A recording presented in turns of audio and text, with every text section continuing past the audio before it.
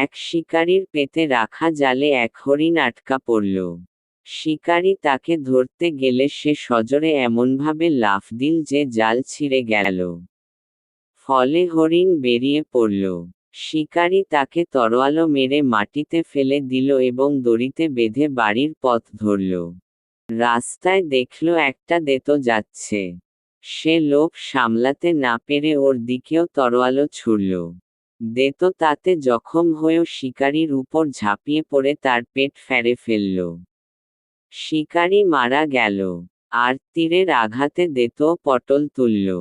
এমন সময়ে সেখানে এক বাঘ এসে উপস্থিত।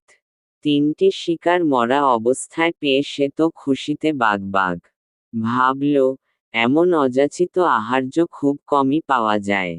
রেখে থুয়ে খাওয়া উচিত। আজ একটা খেয়েই কাজ চালিয়ে দেব। বাকিগুলো ভবিষ্যতের জন্য জমিয়ে রাখা যাবে। এই ভেবে সে খাওয়ার জন্য কামড়াতে আরম্ভ করল।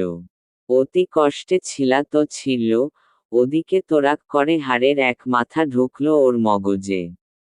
আর তাতেই বাঘের দফা রফা হয়ে গেল। সেখানে আর কেউ জীবিত রইল না। প্রিয় বন্ধুরা, এই ধরনের ভিডিও আরও পেতে চ্যানেলটি সাবস্ক্রাইব এবং লাইক ফলো দিয়ে সাথে থাকুন। ধন্যবাদ।